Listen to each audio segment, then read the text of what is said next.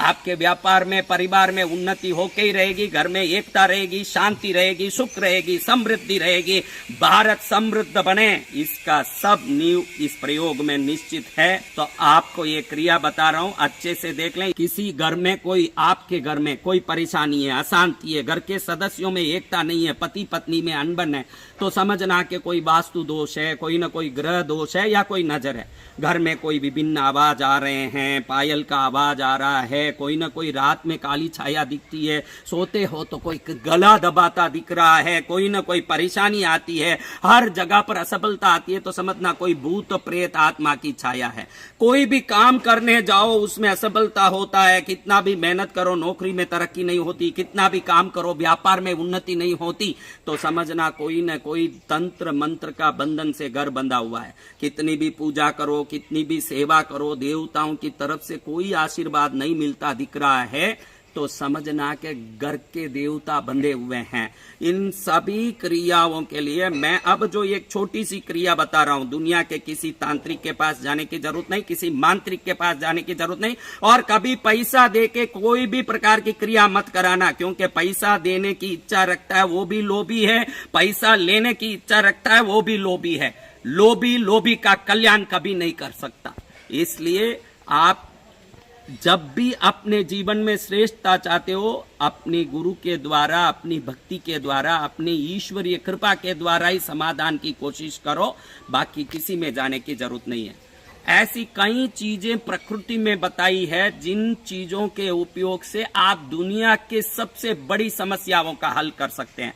उन चीजों में कुछ चीजों को आज हम देख रहे हैं, वो छोटा सा उपाय मैं जो बता रहा हूं, ये कोई भी घर का गृहस्थी कर सकता है, पुरुष कर सकता है, स्त्री कर सकते हैं, कोई भी व्यक्ति कर सकते हैं। इसको करने के लिए कोई उम्र का भी कोई कायदा नहीं है, इतना है कि आप साफ सुथरे ना करके ये विधि करें।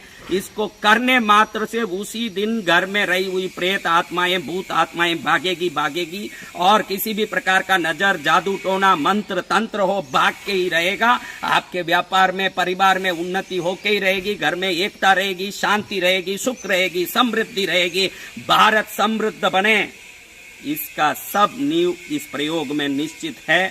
तो आपको ये क्रिया बता रहा हूं, अच्छे से देख लें। इसीलिए मैंने इस क्रिया के उपयोग में आने वाले चीजों को भी बताने का प्रयास किया है कि आप अच्छे से समझ लें, क्योंकि विधि में गलती नहीं होनी चाहिए।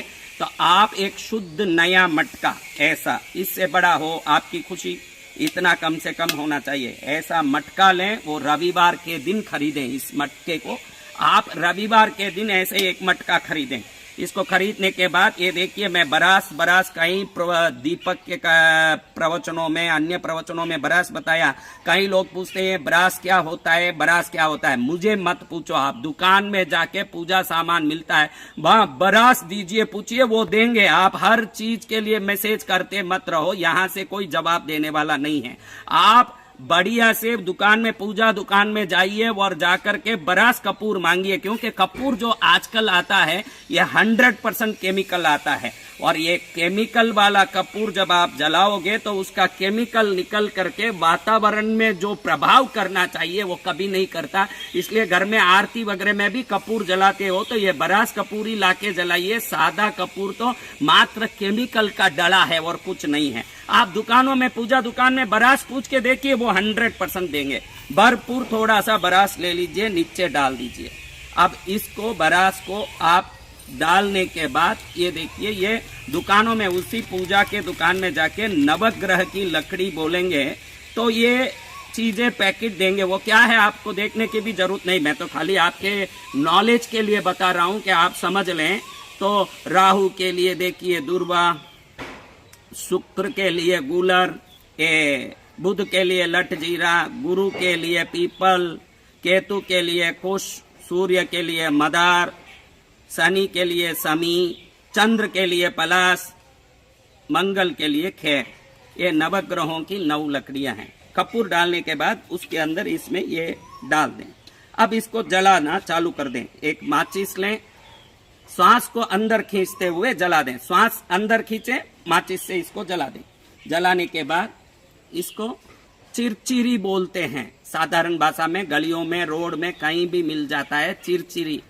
ये चिरचिरी का जो जाड़ है, ये सूखा हुआ बिल्कुल फटाफट जल सके ऐसा औषधि के दुकानों में मिलता है। इसको अपामार्ग भी बोलते हैं। आप यूट्यूब में, गूगल में कहीं भी जाके अपामार्ग सर्च करेंगे, अचीरेंथस एस्पेरा बोलते हैं, इसका बोटेनिकल नेम है अचीरेंथस एस्पेरा। अचीरेंथस ACHYRANTHESASPERA, अचीरेंथस एस्पेरा, इस नाम से ढूंढेंगे तो भी मिल जाएगा। गली में चिरचिरी झाड़ बोलते हैं, ये इसीलिए बताया हूं, आप इसको देख लें। सूखा हुआ झाड़ मिलता है दुकानों में। अगर आपके गांव में नहीं मिल रहा है तो इसको पहले एक रविवार के दिन आप इसको जड़ सहित निकाल के सुखा दें। अच्छा 10-15 दिन अच्छे से इतना सूखने दें कि ये जले, तब ये पूरी तरह जले, अंदर से कोई धुआं न निकले, काला अच्छा सूख गया हो, इतना सुखा दें। फिर इसको आप तोड़ मरोड़ करके इसमें अंदर डालें। जब जलाने के बाद, ये लकड़ियां जला दिया, जलाने के बाद इसको डालें। और इस मटके को जलाने के पहले आपको अपने घर के हाल के बीचों बीच रखना है, ताकि इसमें से निकलने वाली धुआं और तरंगें पूरे घर में जानी चाहिए ऐसे। फिर इस चिरचिरे को डालने के बाद आपने पहले क्या किया, मैं अच्छे से आपको बताया। पहले आपने थोड़ा ये बरास डाल दिया, भरपूर डाला, ताकि अच्छे से सब चीज जल सके, कोई कच्ची न रह जाए। जो चीज अंदर डाल रहे हैं वो पूरी की पूरी जलनी चाहिए, इतना कपूर डालना पड़ेगा। आप इस चीजों को उपयोग करने में कभी चिंता मत करना। अगर आपके घर में कोई प्रकार की नेगेटिविटी नहीं भी है तो भी आप इस क्रिया को करो। उसके बाद अभी जो समृद्धि है उसमें अनंत गुना समृद्धि होगा, क्योंकि ये जो अपामार्ग जिसको बोलते हैं, ये समृद्धि को खींचने में, सुख धन एकता को खींचने में, दुष्ट शक्तियों को भगाने में मास्टर कहा जाता है, चक्रवर्ती कहा जाता है। ये तंत्रों का राजा है। दिवाली के दिन अगर इसको लेके सिर पर घुमा के कोई फेंक देता है तो दुनिया की कोई शक्ति उसको कभी नहीं हरा सकती, इतनी ताकत वाली ये अपामार्ग है। इसको आपने जलाने में डाला, उसके बाद ये लाल गुंजा, ये लाल गुंजे को आप देखें दुकानों में मिलता है, ये भी औषधि के पूजा सामान के दुकान में लाल गुंजी बोलो, चिरमी बोलो, ये मिलता है। इसकी कोई माला बना के 108 मणियों की पहन भी ले तो वो माला पहनने वाले की दरिद्र दशा, दरिद्र योग समाप्त हो जाती है और संपत्तियों का मालिक, सुख का मालिक बन जाता है। ऐसा एक चिरमियों का ये दिव्य लाल गुंजा आप लेकर के वो जलते हुए अपामार्ग के ऊपर डाल दें। इसको भी अच्छे से जलाएं। अगर आपको लगे कि कपूर कम पड़ गया, सही नहीं जला, तो आप ऊपर से भी कपूर डाल के वापस जला सकते हैं, लेकिन अंदर वाला मसाला बिल्कुल जल जाना चाहिए। जब ये धुआं निकलेगा, ये तरंग निकलेगा, कपूर के ऊपर नवग्रह की लकड़ियां, इस लकड़ी के ऊपर ये चिरचिरा यानी अपामार्ग का झाड़ सूखा हुआ बिल्कुल एकदम, और उसके ऊपर ये लाल गुंजा, चिरमी लाल गुंजा, इसको जलाने के बाद ये धुआं घर में पूरी रात जाने दीजिए। रात भर उसको वहीं रहने दीजिए इस मटके को, ताकि वो तरंग पूरा घर के हर कोने में, बेडरूम में, बाथरूम में, डाइनिंग रूम में, हर जगह पहुंचे, हर दिशा में पहुंचे।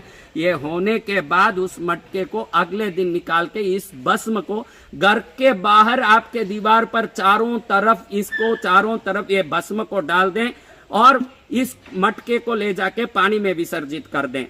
इस क्रिया को हर रविवार को 5 बार करें या 1 बार करें, ये एक ही बार करें तो भी कैसा भी भयानक शैतान भूत हो किसी घर में वो भी निकलेगा, किसी भी प्रकार का डोरा टोटका टोना हो वो भी निकलेगा, किसी प्रकार का नजर जादू हो वो भी निकलेगा, वास्तु दोष हो तो वो भी निकलेगा।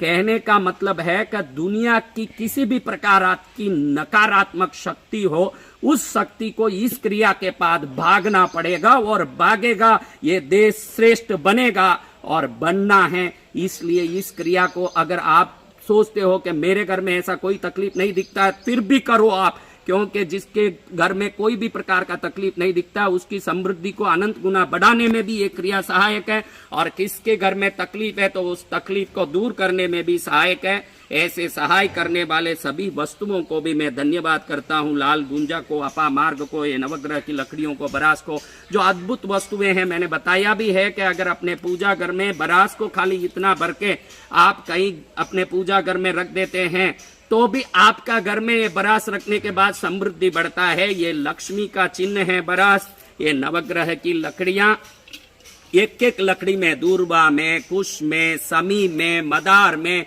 पलाश में, ये सभी लकड़ियों में एक एक प्रकार की ऐसी तरंगे हैं, वाइब्रेशन है, जो विभिन्न शक्तियों को आकर्षित करके दुष्ट शक्तियों को भगाती है। इस दिव्य वस्तु को, अपामार्ग को, लाल गुंजा को डाल के, जला के पूरे घर को पवित्र करें, सौभाग्यमय करें, सर्वोत्तम करें, सर्वश्रेष्ठ करें और जीवन को सफल करें। आपका यही मंगलकारी विधान जीवन को सर्वोत्तम बनाने वाला बने, यही मंगल कामना करते हुए आप एवं आपका प्यारा परिवार स्वस्थ, सुरक्षित, सुखी एवं समृद्ध रहें, यही प्रार्थना।